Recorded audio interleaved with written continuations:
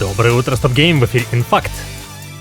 Индустрия вновь течет. Парочку утечек мы выловили. Как вы помните, Тим Миллер со своей студией заручился денежками Амазона и решил порадовать геймерскую братью сериалом в духе любви, смерти и роботов, но про видеоигры. И назвал это дело «Секретный уровень» — Secret Level. Там еще кек заключился в том, что одна из серий будет про Конкорд. Как говорится, на кто ж знал. Так вот, утек в сеть новый тизерок, в котором становится ясно, что денежки Амазоновы пошли преимущественно на то, чтобы удорожить проект участием кучи именитых актеров. Кевин Харт, Лора Бейли, Габриэл Луна, Арнольд Шварценеггер с сыном и даже Киану Ривз. Некоторые актеры, как тот же Киану, подарили персонажам не только голос, но и свою внешность. Судя по всему, его лицо получит персонаж из короткометражки про Armored Core. Так покажи же ролик, Ян, попросите вы, но, увы, нельзя. Однако ссылочку туда, где можно посмотреть, в описании, конечно же, оставил.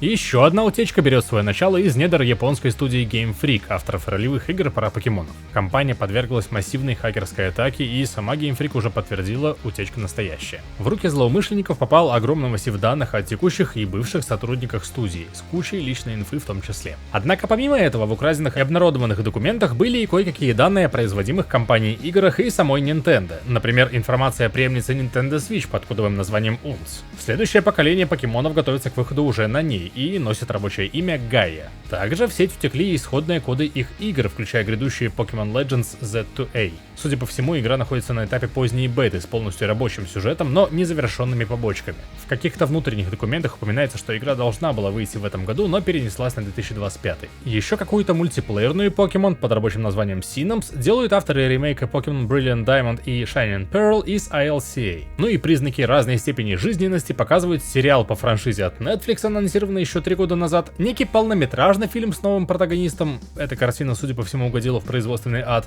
и есть упоминание сиквела детектива Пикачу, но жив ли проект, непонятно. В сообществе эту утечку называют крупнейшей в истории серии. Разные факты летят сейчас со всех сторон, верить вообще всему, как и с любой утечкой, не стоит. К таким мероприятиям всегда подтягиваются и балаболы, не говоря уже о том, что и все эти факты могли давным-давно стухнуть. Но факт, студия уже наняла специального человека, который устранил использованную злодеями лазейку и постарается предотвратить будущее посягательство на частную информацию. Сочувствуем ребятам. Ну и микротемка вдогонку. На днях прошел чемпионат по третьим героям. Всем, кто наблюдал это дело и участвовал в нем, довелось увидеть принесенный туда геймплейный ролик новой части франшизы Olden Era. Там замок борет бесов, герой бегает по карте, метеориты летают, и все выглядит ну как раньше, только графонистее. Ссылку также прикрепляю к описанию. Недавние сливы касательно некой мобильной версии Destiny оказались правдой, и вот перед нами официальный анонс Destiny Rise. Разработкой занимается не сама Bungie, а китайские умельцы из NetEase Games. Bungie лишь присматривает, чтобы все было в духе оригинала и обеспечивает творческий контроль. А соблюсти этот дух оригинала поможет, конечно же, альтернативный таймлайн Destiny, разворачивающийся в эпоху темных веков задолго до событий оригинальной идеологии.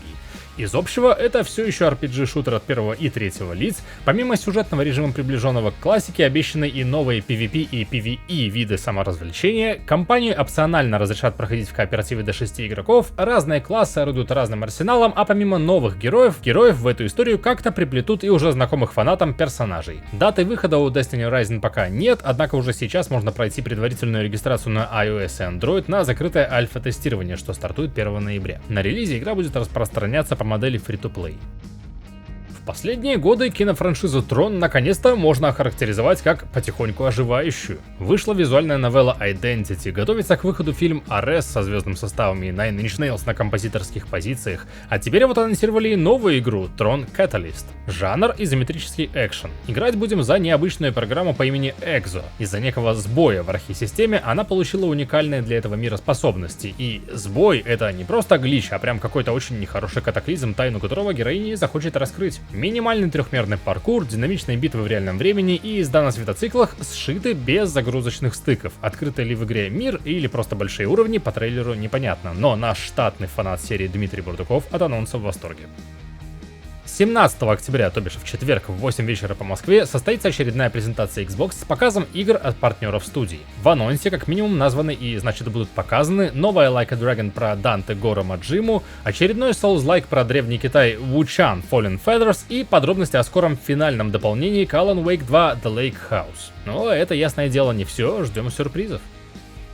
Легенда российского игростроя «Приключения капитана Блада», когда-то заброшенная и слитая в сеть как есть, готовится к своему дорелизу. Спустя больше чем десятилетие игру решили все-таки довести до релизного состояния и выпустить на современные платформы. Вот вчера в Steam вышла демо-версия, можно пощупать. Финальный релиз ожидается до конца осени этого года. И надеюсь, своими домозорами мы успели воспитать в вас интерес к смотринам демок, потому что вчера также стартовал и ежесезонный фестиваль грядущих игр Steam осенний Next Fest. Сотни демоверсий и самое явное представление будущего игровой инди-сцены. На сим не задерживаю вас от исследования этого навья, лишь обозначу, что навье у нас не только на каналах появляется, но и на сайте stopgame.ru тоже. И вчера, к примеру, там появился текстовый обзор нового подражателя цивилизации Ara History Untold. Автор обзора Александр Бурсов. Доброго дня!